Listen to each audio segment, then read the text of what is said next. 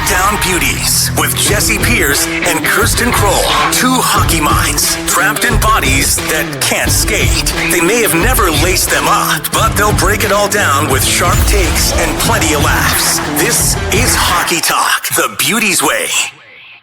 What's up, Beauts? Here we are, Jesse Pierce, Kirsten Kroll coming in hot because it's hockey week. It is officially hockey season, the Minnesota Wild kicking off the 2025-26 year on Thursday in St. Louis, followed by a home game on Saturday. Kirsten, let's go. Let's go. I'm excited. It's, in the words of Taylor Swift, it's been a long time coming. Is this new Taylor Swift? Is this off her new album? Because I don't know. Okay. It's not. It's old. It's okay. It was her opening line for Era's tour, and I'm going to stop talking about it now because I'm going to make us lose our viewership. So I digress. I'm very excited. It's back. Hockey's back. Lucky for us, we actually have a special guest this week, Filip Gustavsson, who we spoke to 2 days prior to him signing a 5-year, $6.8 million AAV extension with your Minnesota Wild. I joked with him today when we finally got to speak with him following the signing. I said, you didn't feel like dropping this news on the Beauts? He goes, no, I had to keep some secrets, I had to keep a little bit of fun. So without further ado, let's chat with Filip Gustavsson. And then first, actually, Kirsten, I want to get your thoughts. Good signing? I'm good with the signing. 5 years, 6.8. I'm good with it. Yeah, I'm very good with it. I think, I loved the graphic. It seems like it's a theme now with the Wild. First with Kirill, it was Kirill here to stay. Now Filip Gustavsson here to stay. Love it. Love the theme. Love all of it. Love that these players want to stick around. I think it was great. And also too, just the rise that we've seen from him these last couple of seasons. I'm happy with the trajectory. Happy with the signing. It solidifies a little bit more and allows them to figure out more how to strengthen this core group here in Minnesota. Yeah, as Bill Guerin had mentioned today too, that these guys wanting to stay here says a lot about the culture that they've created, right? And we've talked about that before.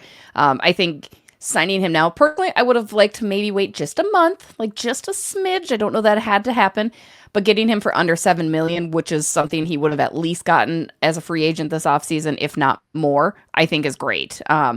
He's played well in the preseason. I think it just reunifies like, yep, this is our number one. This is our guy. That's what we're locking into. And also, I want to reiterate, it doesn't say anything about Jesper Wallstedt. It does not say that they don't have faith in him, that they're locking Gus in to be this number one, because here's a fun fact. You can have two good goalies on your team. You are allowed to have a goaltending tandem of two players performing well, and that's the hope of what this will be in the tendies. And we know here in Minnesota, we love a good goaltending tandem.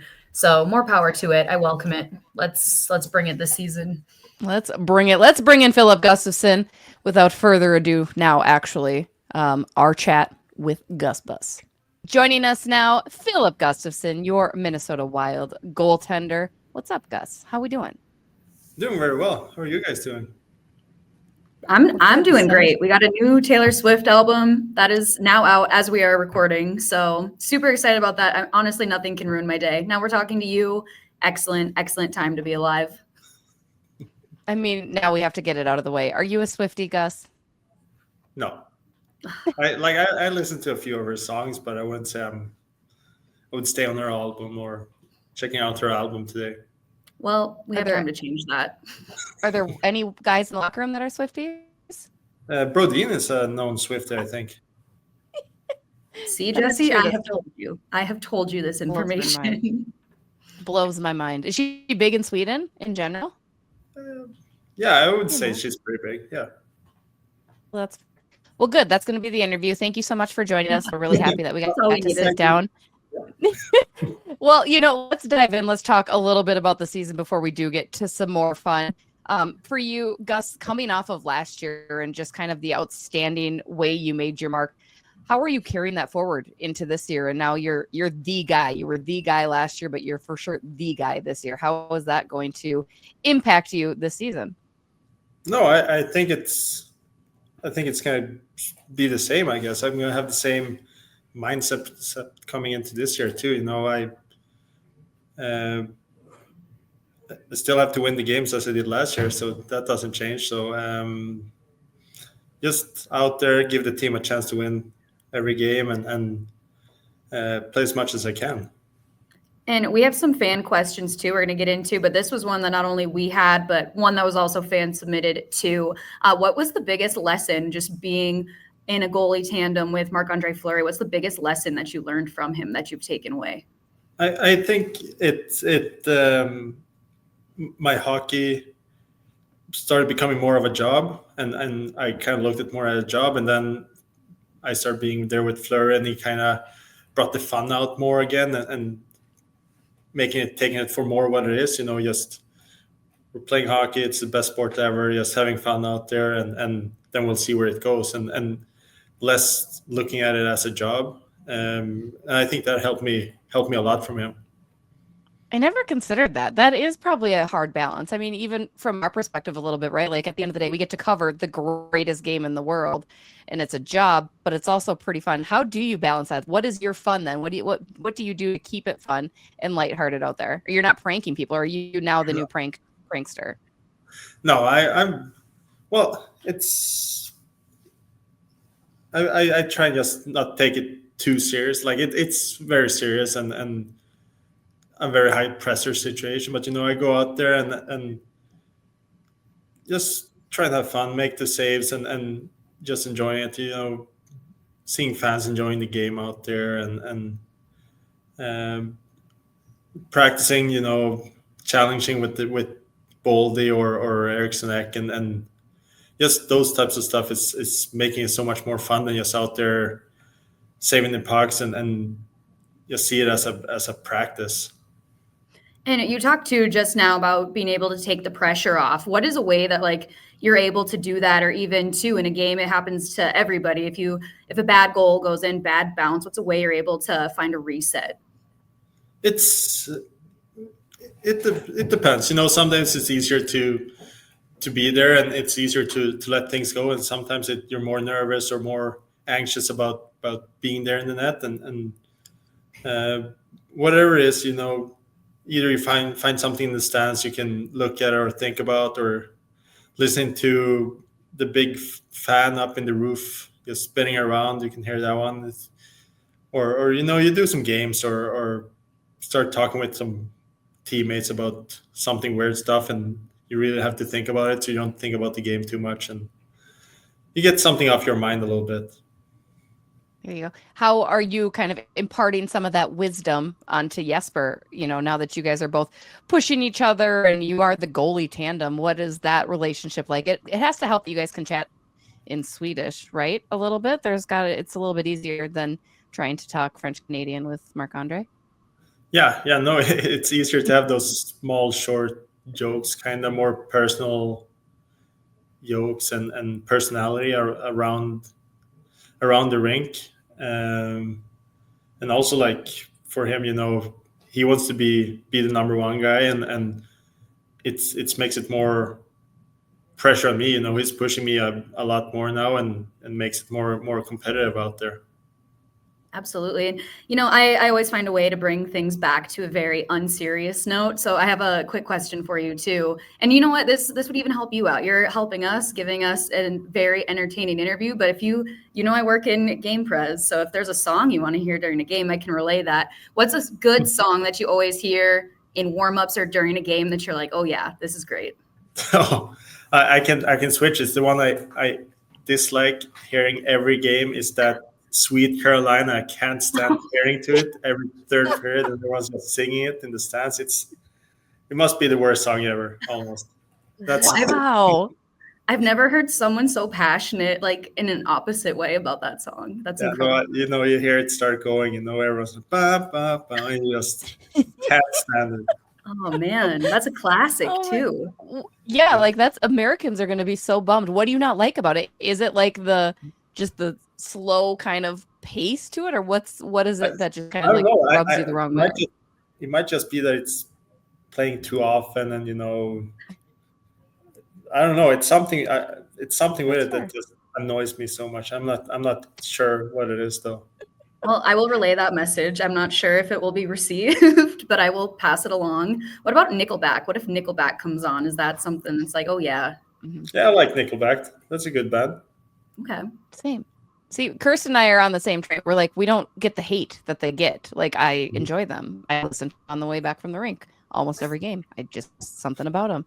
It's weird. It's my little quirk, Phil. It's my little thing. What are some of your little quirks that you do? You talked about kind of how you reset, but what else? We all know that goalies are superstitious. We all know that. Do you have those? I feel like you've mentioned to me you don't really, right? Or do you? I try not to have them. I used to eat the same food every game. I always have 13 meatballs with mashed potatoes before the games. I switched that out last year, and did you say 13, like a specific number of meatballs too, just so I can be clear on that? yeah, Of we course. always Okay. can buy the IKEA meatballs. So they're already like pre-cooked, and you just heat them up, and always 13 of them. 14 is too many though. I was gonna say, what if you get 14? Like, are we just leaving that one to the side or giving it to the dog? Yeah, the dog gets it. Make his day. We love that. Another question that I want to know from you guys. Are you a big sports fan outside of hockey? Are there any other sports that you follow along with when you're not at the rink or watching other games? I only watch motorsports. I watch MotoGP or Formula One a lot, Rallycross, a little NASCAR, IndyCar, stuff like that. Okay, going to do a quick follow-up. Favorite F1 driver or tandem? Well, I'm rooting for Ferrari, and I always liked Leclerc, and now Hamilton has been pretty fun to follow. Have you ever been in one of those vehicles or like gone around the racetrack as a passenger? No, I've never been in one of those cars. Would you? I got to go. Yeah, would you? Yeah, 100%. Yeah, a little bit of adrenaline junkie, kind of. Yep. Yeah, there we go. Biggest question, what's better? And you can at least relate to one. I don't believe the other. What is better, a goalie goal or a goalie fight? Goalie goal. Are you just saying that because you've achieved such feats? No, I'm not a good fighter, I think. I think I would get beaten if I tried to fight someone. So if Jordan Binnington's coming down the ice on the other side, from the other side, what are you doing? You just skating away? No, I would drop my gloves and try and beat him, but we'll see. I probably wouldn't win it, though. That's what I want to see. We were robbed of seeing Fleury and Binnington fight. That's what I want to see, is just a goalie fight. Could be anybody. Throwing that out there right now. And Gus, to follow up again to another question, schedule's released. You guys are almost underway with the regular season. What's your favorite road trip on the calendar this season for you? I usually like going down to Florida and Tampa Bay there. Just getting some sun in the middle of the winter. I don't know. I haven't looked at our schedule and see when we're going there, but usually it's nice when you go there January or late December and it's very cold here in Minnie. It's nice to get some sun for a couple of days. Yeah, I think most snowbirds would agree with you on that. How about shootout? Are you more of a patient goalie when it comes to the shootout, or are you playing aggressive, or are you just going based off the skater? I would say I'm more patient. It's you kind of want to make the shooter make the first move and then go from there, and hopefully it second guesses himself and starts thinking too much, and then they just loses the puck or make a bad move, and you're just right there. Yeah. And follow up then. Who is? Oh, yeah. Are you going to go? The or same idea. Is it my turn? I was just going to say follow up on that on the shootout. Who's the teammate that you least like going against in practice on a shootout, or who would you never want to see in a shootout? That's your teammate. Well, Suki, you know what he's doing, but he still scores. That's the problem. He always has unstoppable. Always the disconnected stick, and he's either shooting high glove or he's deking on it, and the two moves, but he's still letting it in. Okay. Brilliant. All right. Well, going to continue just a few more rapid fire questions for you. What is the best tip another goalie gave you? The best tip. It's a good question. I think not just one tip, but usually just a bunch of them are around. Like as I said, like Fleury really helped me just get back to having fun there out there playing hockey, and from me being a very like positioning and more patient goalie, seeing him like doing some more desperate saves or cooler saves can also get me out of my comfort zone and practice on that stuff a little bit. What's your favorite save style? Are you glove, pad, blocker? What's like your favorite style of saves? I like the one pad glove save kind of. Very nice. Seems Well, fair. yeah, I would agree too. What do we say we get into some more of the fan questions that we had submitted? Yeah. Okay, perfect. I think we had some good ones. What if he was like, no, I don't want to answer any questions like that? I don't know. There was a little hesitancy. He seemed a little nervous for a sec. No, I think they're very good. I think they're good questions, and people are very excited. So that's got to make you feel a little good too. So I'll lead us off with this. First question coming in from Derek M. NHL Network has you ranked as number 10 league-wide currently. I believe after this season, you'll be in the top 5. Thoughts? Let's go, Gus. No, I think it's possible. You know, if you have a good year and can keep going on the same track, you know, it's a lot of good goalies, especially the Russian goalies right now is very good, and it's tough. It's tough to get up there because so many of them are playing so many games, are so consistent the whole time. So it's a big challenge. Yeah. That being said, I mean, obviously you're eligible for a contract extension. I'd be remiss to not ask, is Minnesota a place that you would love to stay and be part of, since you've started to stake your claim, and as Derek M just said, you're a fan favorite right now? Yeah, no, it's ever since I got there, you know, they've been treating me very well. The staff, the teammates, and my family's like to live here in Minnesota too. So yeah, if they came up with a contract and we're both happy with it, I would like to stay here. I mean, Billy's been 2 for 2 on contract extension so far, so I'm just saying, right? Like we've got some names locked in. Well, I think we have time for one more fan question. This one's a fun one, and I think it's one everyone wants to know. It's from Tyler S. Do you or any of the Swedes shop at IKEA? Yeah, as I said, we always go there and buy the meatballs there because it's so easy to do, and usually they have some other like caviar they used to have there, or some special cookies, or some Swedish pancakes that's easy to buy and make, and we usually buy a lot of food there. One-stop shop, get your Swedish meatballs and your IKEA furniture. Yep. I was gonna say, I'll be fully honest, I didn't know IKEA had food. I just thought they had furniture. Like, that's a mind blow to me. I had no idea. Like, is it just like on the side, like a Costco? Yeah, yeah, kind of. Or they have where you can go and buy it so it's heated up like after the checkout, but they also have a small little room before the checkout where you can buy different type of meatballs, a few frozen stuff, and cookies, candy, stuff like that. And brilliant. I love it. Final question, Gus. What is one Swedish word that Kirsten and I need to know heading into the season? That's cursing? That Kirsten and I need to know. What's one Swedish word that the two of us should... No, I don't need a curse. I mean, if it's a curse word, fine, but it's not the requirement. A Swedish word you guys need to know.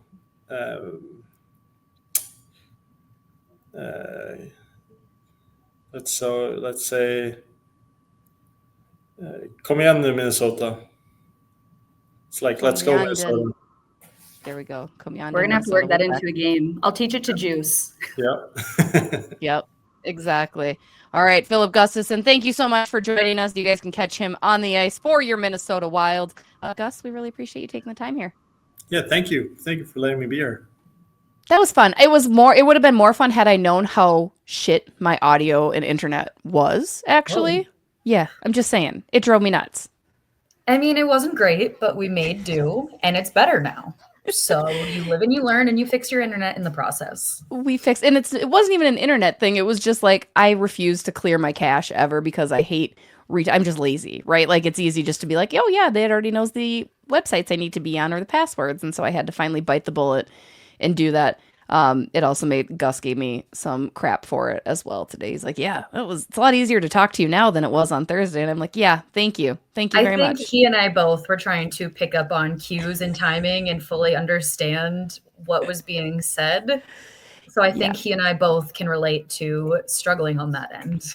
Shout out to you guys. You navigate it. Because again, I had no idea it was even that poor in the situation. Like I was like, oh yeah, we're having a good time. We're having fun. We're like, jabbing back and forth. We're talking IKEA. We're doing the damn thing. And me and Gus had a good time on our clear internet.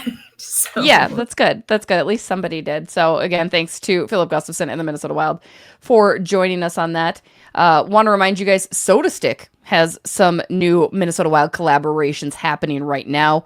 A lot of them are within ticket packs. Be sure to go to sodastick.com, follow all their social medias for those special Minnesota Wild ticket packs. Don't forget to slap Bardown Beauties down at checkout for all Soda Stick products. You'll get a little discount. We love to see it. Kirsten, with it being the start of the official regular season here, we got our first glimpse at the Minnesota Wild lines. They have made cuts. You're looking at your opening night roster. And my line heathens did what they tend to do every year and overreacted. They went absolutely ballistic. So in case you guys didn't see what the lines were at practice on Monday, which again will be the lines likely heading into Monday, you have on your top line, Kirill Kaprizov, Marco Rossi, Matt Boldy. No surprises. That seems to make sense, right? We like it. We're digging it. We're behind it. Your second line, Marcus Foligno, Joel Erikssonek, Vladimir Tarasenko. How are you feeling about this second line, Kirsten? I don't mind it. Like, I don't hate it. My only thing, and I don't know if I should say it now or wait for it to be read later. Do you want me to give a hint at what my thoughts are? No, whatever you're comfortable with. We can run through the full lines or you can give the thoughts now. It's completely up to you. Run through the full lines because then I'm going to reveal too much. Deal. All right, your third line, Yakov Trenin, Ryan Hartman, Marcus Johansson. Mm-hmm. Your this is fourth where my line is coming in. Yep. Your fourth line, Danila Yurov, Nico Sturm, Liam Ogren, and or Vinny Hinostroza. Those are your forwards for the Minnesota Wild again. Kaprizov, Rossi, Boldy, Foligno, Ek, Tarasenko, Trenin, Hartman, Johansson, Yurov, Sturm, and Ogren, Hinostroza situation. Okay, please unveil my your immediate note first is I genuinely forgot, no disrespect to him, I genuinely forgot Hinostroza is on our team. So when I saw that name thrown into the lineup, I was like, wait, he's still on the Minnesota Wild? Still a thing, yeah. So I had to just take a moment to recognize that. My next part, Marcus Johansson is on a line above Liam Ogren, which is what everyone said they did not want to see. Now, granted, this better just be a practice roster. And no, just flip-flop that. Get rid of that. No, I'm trying to be nice. I can't say anything more. But also, the young guys, we've been granted, yes, like we said in previous episodes, Yurov needs a little bit more time to get acclimated. But there's no reason Liam Ogren should be thrown on the fourth line. So here's first things first. Marcus Foligno on the second line surprised me. However, we have seen him do really great things with Joel Erikssonek. And for whatever reason, and I know we've discussed this before, Kirsten, I feel like this is Moose's year. Like, I just feel like he's going to have a really good year. We saw some bursts of speed during the preseason. There's just something vibing. Second line, a little high. And I think the overall distaste that people are having for it is because, as you mentioned, your young guys are down on the fourth line, which is the opposite of what we've been begging for. And you have the man that is being paid league minimum on your third line above the young guys. And I don't know that he's necessarily earned that. Now, herein lies the problem, because we brought this up to John Hines today at practice and had asked him, what's the comfort level for these kids? I mean, you've got a bunch of young kids for the first time in your roster. Again, the Minnesota Wild, if you guys remember, the past few seasons have been the oldest team in the National Hockey League. That is no longer the case. You've got these young kids that are under 24 years old now and are expected to do big things.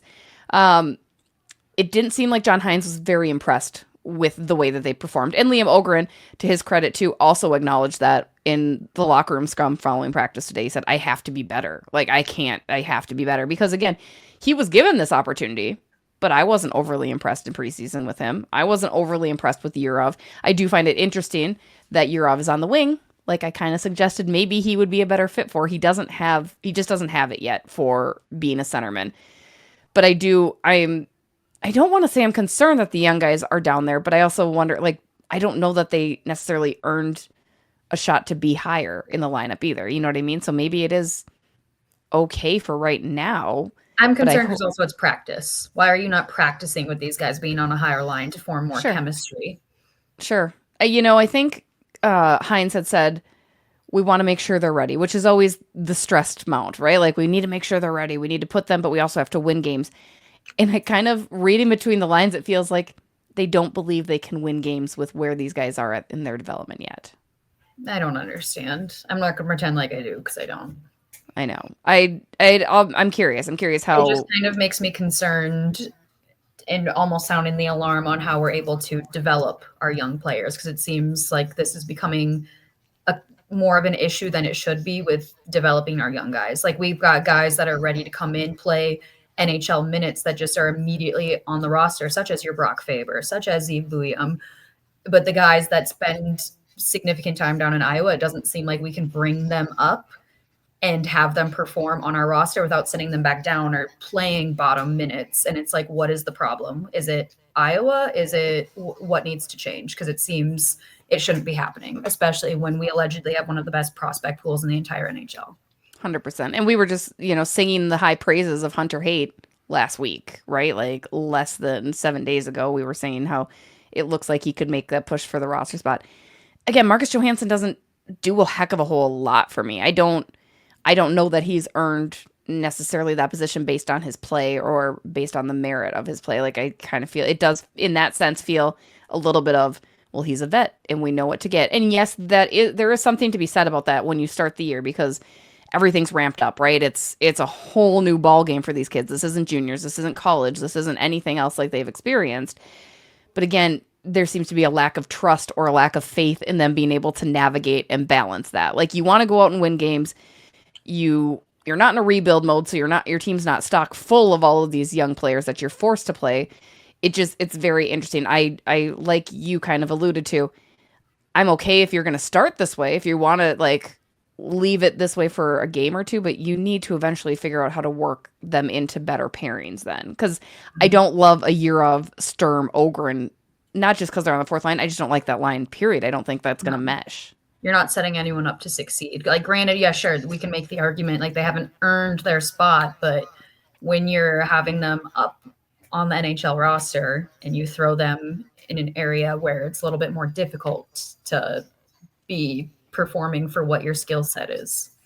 Yeah, I think in this situation, you're recognizing again how much you're going to miss Matt Zuccarello. Like, you really could use that, and I would be curious to see then what that would mean upon his return in a month or two. Is what does this new lineup look like? Where is Johansson falling in? Where is Ogren falling in?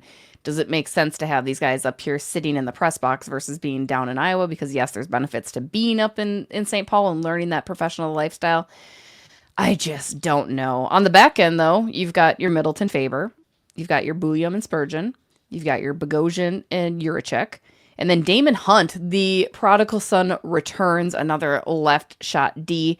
And Jonas Brodin, who was in a yellow non-contact jersey, although was taking minimal contact. Also out there still TBD whether he will start on Thursday or not. They're going to keep taking it day by day, be cautionary, but he is bumping, shoving, pushing. He's obviously not taking those forechecks hard or anything like that. So Damon Hunt, let's start there. Kirsten, I'm excited that he's back. Remember Damon Hunt sent away in the David Juracek trade, in fact.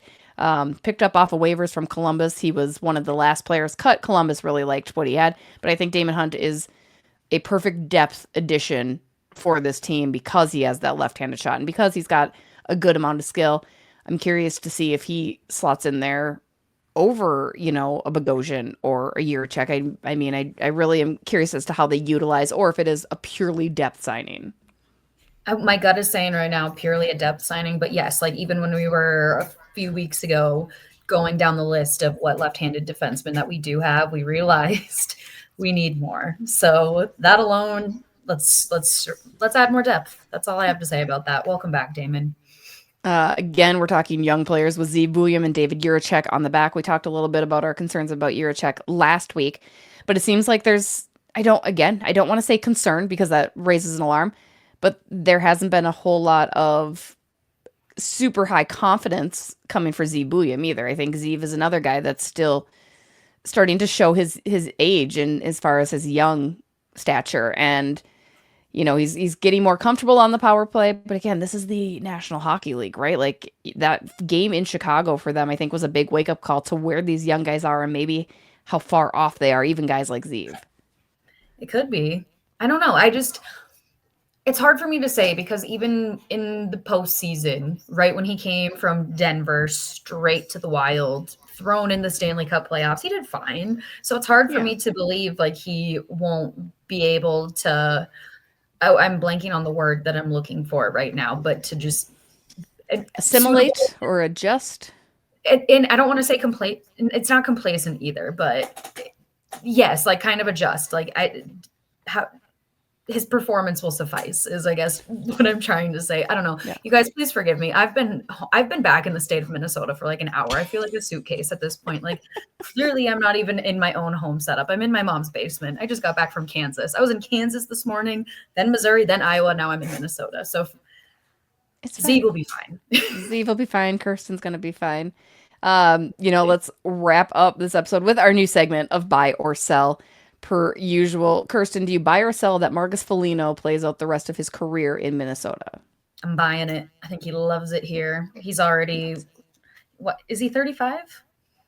I don't know. He's got to be close. Marcus Foligno is. I mean, 34. He's not in the early stages of his career anymore. He doesn't have that much longer on his contract in Minnesota. I mean, still, what, 2 years? No, I think he's done after this year. I believe he becomes a free agent, correct? Because him, Hartman, and Zuki all signed the same extension as far as terms. I think so.